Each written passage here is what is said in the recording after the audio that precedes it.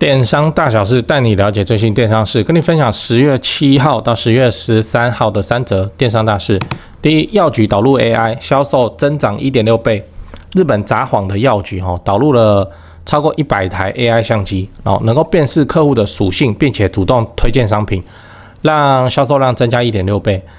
那这个效果很显著啦。不过未来要大规模的普及有点困难，因为那个硬体的成本，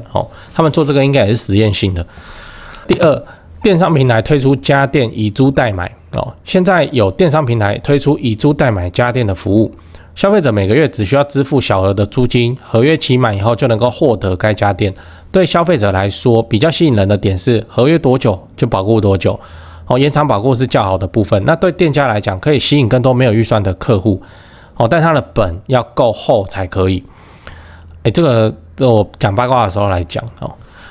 第三，汪建民不敌肺腺癌离世，享年56岁。台湾艺人汪建民铁头因为肺腺癌过世，纪念一下我们小时候回忆那个什么灵异档案是不是？小时候都会看，又怕又爱看那个肺腺癌过世了。然后我们也聊了那个，就过去老三台艺人他有所谓的不可复制性跟现在的网红流行文化形成强烈的对比。现在的网红影响力往往只局限于这个特定的族群离开这个圈子没人知道那就不破圈，你知道馆长还算很好破圈的嘞因为他涉及到政治或者什么，还有超多不知名的网红他在他的圈子很红，可是你就没听过他你不破圈就没有办法诞生巨星，比方说蔡依林、周杰伦这种巨星什么圈层的人他们通通都知道因为现在已经不会再有那个大伙一伙人都挤在一起，然后看什么9点10点的综艺节目这种大家都一起被教育的活动。好啦，总之记得关注加爱心我是电商 Tony 陈，你以后做电商会用到。如果你是第一次看这个影片，我这个节目会跟你分享上周在电商领域发生什么有趣的事情，我会挑出3个我觉得重要的新闻，并且跟你分享我对这些新闻的看法，让你轻松掌握电商脉动。这一集我们讲的是10月7号到10月13号的电商新闻第一个新闻，药局导入 AI 销售量增加 1.6 倍。这札幌的药局，它标题叫做边缘 AI 是什么？药局导入它，销售量增加 1.6 倍。就这样，简单讲一下这新闻这新闻的重点其实是在，你看我在讲实体店的事就 O&O 嘛，线上线下整合嘛那现在有 AI 就是想办法要来整合这新闻的重点是在这个边缘 AI 的落地，它那个边缘的意思是什么边缘简单来说就是它不用连网路，它自己在本地就可以计算了。本地计算是说你的手机在不访问那个线上全部的大模型的情况之下，它自己就能够独立自主去反映给你。它有几点好处第一个是隐私就是你手机的东西嘛第二个的话就是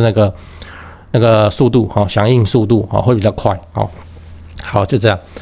边缘 AI 这个也是那个苹果手机Apple Intelligence 他们发展的方向边缘 AI。那现在这个札幌药局就是把那个模块都装在那个摄影机里面好，就这样。好，日本札幌药局做测试，这个说这蛮有趣的，为什么不是东京为什么不是那个很热闹的很潮流的地方，而且是那个药局，怪怪的那他做法也很有趣，就是在一个药局里面设立超过100台的 AI 相机，然后透过这些相机来辨识客人的属性，推荐适合的商品给他们。就是说他看一个老 Coco 那边拿拐杖那边图解他就会推那个膝盖不好什么大概就是这样小朋友进来就说这个很好吃之类的。好，那我是这样看这个新闻在讲这个之前我们先讲一下 Seven 的收银机POS 机就长这样。你去 Seven 你也看过啦，现在是给你看一个截图就是它的按键。你下次你有熟的店员，你叫他借你看一下，然后走进去看它里面的按键我照顾一下 Podcast 的听众这按键是怎样？它有2排2排按键，一排青色的，一排粉红色的，总共1排按键直的排列就在那个 Enter 的上面直的排列，它一排有5颗，有2排它第一排写的是小男、中男、青男、壮男、老男第二排女生写的是小女、中女、青女、壮女、老女年龄层男生女生。他要干嘛？你猜他在干嘛他就是在说客人的分群，也就是说你去结账的时候店员不是收银机那么按来按去就顺便按这个，有按到没按到就算了这个没按到不会处罚顺便收集消费者的轮廓，对不对？今天有一个拿保险套来结账，好，他就给他按那个青蓝给他按下去哦。那久了就可以统计出，这个保险套族群都是这个青蓝在买哦。同时我们就可以去参考，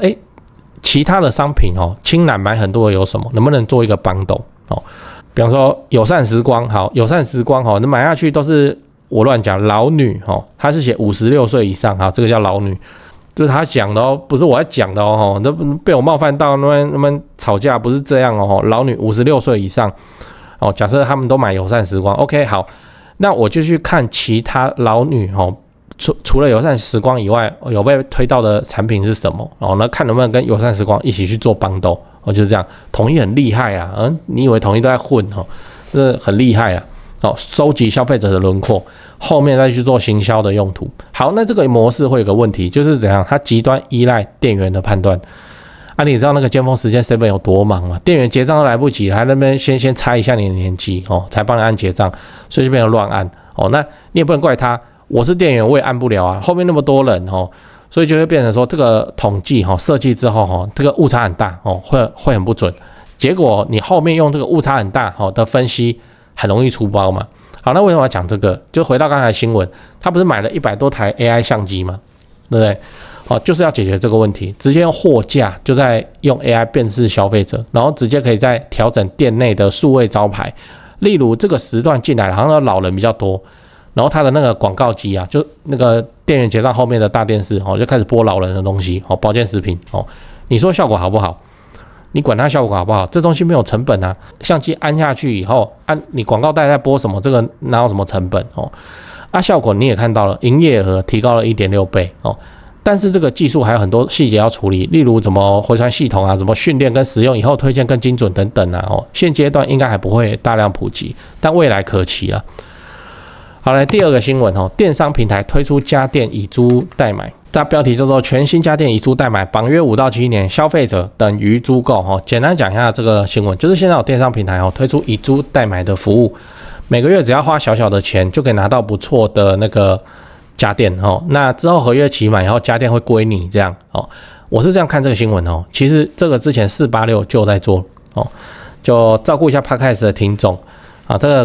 这个 banner 讲的是486团购可租全新 LG 家电租约结束家电就是你的，免押金，延长保固，免费保养，免费耗材就这样听起来还不错啊，这个我都有被吸引到我们有一些房子就把它拿来用这个租购方式好了那这样的话我就不用花大钱直接去采购冷气那比方说蒸汽衣柜这个现在很潮流的家电，蒸汽衣柜其实我觉得那没什么用，不过女孩子超喜欢的，为了它我还要去改玄关的系统柜那这个蒸汽衣柜月租999月租999，也就是说你只要每个月付999，你就可以享受到49900块的这个蒸汽衣柜这听起来还不错但它租期会拉得很长，像这个衣柜的租期要60个月，也就是说你实际掏出来的钱会是6万块你会多花1万这样。好，那这个模式的好处是什么？其实我觉得对消费者还好，就是他讲什么免费保养、免费耗材那种小钱延长保固比较好租5年保固5年，就是看你到时候的运气怎么样你会不会拿到机网。但对这项服务来说，店家很 OK 因为他就可以吃到原本没有这些预算的客人，比方说我就是想要蒸汽衣橱，可是一台蒸汽衣橱要4万9还要接水，他说很难弄结果现在月租999就可以那我当然拿一个来试试看就是这样然后放在那边放着就忘记了嘛，每个月就让它扣嘛就这样。好，那一般来讲一般人不会去买什么电子衣橱啦它只能吊5件衣橱呢，又要占那么大的位置，然后又要改你玄关的布置，很麻烦呢一台要5万现在月付1000，是不是就可以考虑了？本要够厚啦这个款项等于是5年后才收得回来然后那个利息一定很高你要撑得够久。来第三个新闻，汪建民不敌肺腺癌离世，享年56岁汪建民铁头哥对不对？那个什么台湾灵异事件铁头哥简单讲一下这个新闻，就铁头过世了台湾灵异事件的铁头，如果你跟我差不多年纪的话，应该都有看过他算年轻56岁，算是小时候的回忆所以我们纪念一下就顺便聊一聊他的事情就是网络媒体啊，过往老三台跟第四台看到这些艺人啊，他们的地位啊已经不可复制跟撼动了，红不红再说，但是他们有达到那个黄金年代，比方说彭恰恰，比方说许孝顺，反正就老艺人，你知道，地位不可复制，不会再有像他们这样子的巨星出来。为什么？我讲一个很简单我刚刚讲的铁头，你去问那个30几岁以上，大家都认得出来，对不对？他可能看到这个脸，他知道他是演员，可是他讲不出他名字但是这个人我知道，这个我知道好，但现在很多的 YouTube 网红、抖音网红是只有你知道而已，对不对？就你有看过，你有去看，你看过，可是你去问跟你年纪差不多的朋友，他们都不知道。已经破圈的人反而很厉害，就是什么艾丽莎莎、九妹啊这种都已经破圈了这个很厉害。但其实大量的海量的小网红我这样讲他也不小他也是几十万订阅的这种但是你几乎都没有听过，这个东西要比比皆是。所以我们台湾未来很难几乎不可能再诞生出什么周杰伦、蔡依林这种国际巨星了。为什么？因为现在的观影习惯已经不一样，以前是什么晚上9点一到，全家人是挤在一起，然后就看综艺节目然后看打歌或看什么。潘玮柏也是那部剧之后开始红的嘛还有那个谢祖武是不是那剧叫什么名字？对反正以前就是大家会挤在一起看，然后隔天到学校去讨论嘛这样慢慢日积月累形成一代人的记忆。现在哪有现在一人一只手机，你跟你兄弟姐妹看的东西就不一样了然后你爸跟你妈看的东西跟你绝对不一样就圈子都是很小的圈子，自己去滑自己喜欢的，这是有证据的你看我们国中的时候、国高中的时候，在那边蔡依林、五月天、周杰伦，对不对？现在一样五月天、周杰伦、蔡依林怎么红到现在怎么没有后起之秀直接去力压群雄？就没有嘛这个就是时代的红利。周杰伦不是办演唱会那个黄牛票炒到一张好几万夸张。讲完了，我们整理一下10月7号到10月13号的3件电商大事。第一，药局导入 AI， 销售增加 1.6 倍。第二，电商平台推出家电以租代买。第三，汪建民不敌肺腺癌离世，享年56岁。讲八卦我讲那个家电租购用租的方式，这个我要去研究一下我们现在在买一间房子之后要整理出租，都是直接叫人气师傅，然后估价，然后慢慢整批弄的。对，我最近才又估了一间，我们花这个钱很习惯了，但是我讲那个钱给你参考，就是3房2厅正3房2厅。好，3房2厅，请问你觉得要有几台冷气？我们都是房间数加1，因为客厅。好，3房2厅你就要4台，2房1厅你就要3台就是这样。好。我那3房2厅坪数蛮大的，中古的嘛坪数蛮，室内应该就30坪有了这个中古现在叫很大，室内30坪，你看现在新建案多可怜我这样把它买下来多少钱？现在估价给我了大概12万多12万多冷气比较好啦，我选国际牌的就这样12万多。那12万多对我们这些房东而言，我们就是一次要出去嘛就是减12万这样。但现在这个租购平台我把我要的东西选一选好像也还好呢它一个月我这样选完，它大概就是7、8千块所以短期来说因为我不止冷气我还有那个冰箱洗脱烘这些东西我都想要一次弄起来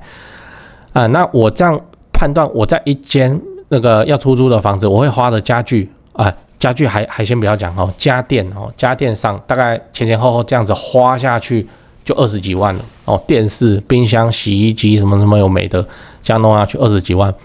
那如果它能够让我在一个月1万块就发动那很好对不对虽然我也知道后面会比较贵，不过比较贵没差，我就涨租金就这样，我就可以用少少的钱就可以先启动一间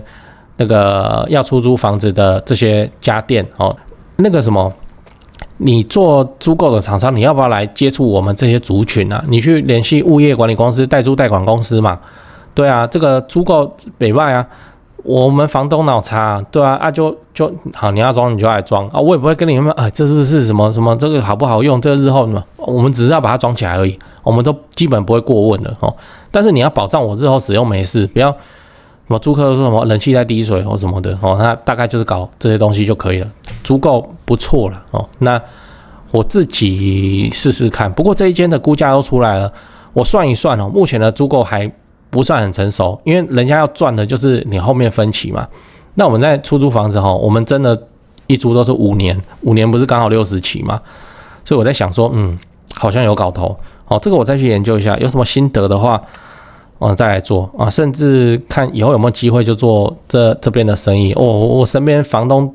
太多了啦，大家每买一间就在那边减30万，减30万家具家电。如果能搞一个全部都是租购的，你什么东西都租的那很好，那就涨租金。然后我还可以做到什么程度？我可以1年换一次，对不对？我说家具1年换一次家具这很好啊，这个让下一组租客来都用新灿灿的东西，有利于我拉高租金。看看好，就这样。现在的电商平台之间竞争激烈，除了你熟知的虾皮、PC Home、Momo 以外，外国的电商平台也对台湾虎视眈眈。除了酷鹏大军来袭，还有虚印、抖音小黄车、全球速卖通、Temu， 他们都在偷偷伸出触手，要来抢台湾市场。而对于我们这些品牌商来说，最可怕的是，现在这些巨头在神仙打架，你只要被插到一点非死即伤啊！所以我建议你快点跑啊！再晚一点，你可能都被逼着参加斗价钱的战场，想逃都没有办法逃。只有盖好自己的品牌官网，培养自己的忠实会员，才能够创出高的毛利这才是避免伤亡的最好方法。如果你现在正在找一个实力坚强的电商系统来帮你架设品牌官网，我推荐你 Cyberbiz。我们除了官网仓储跨境 POS 能一次搞定以外，现在还能够发动电子票券或是30分钟机车快速到货，让消费者更难抗拒你的行销活动。这也是为什么那么多大品牌都喜欢配合我们 Cyberbiz 电商系统的原因。如果你想了解更多，那你就填写资讯栏的连结那填完资料以后，我的同事会跟你联系，电商相关的问题应该都回答得出来，因为我们经验蛮丰富的。最后记得点赞并订阅我的频道，我会继续分享更多电商资讯给你。我是电商通灵城，我们下集影片再见。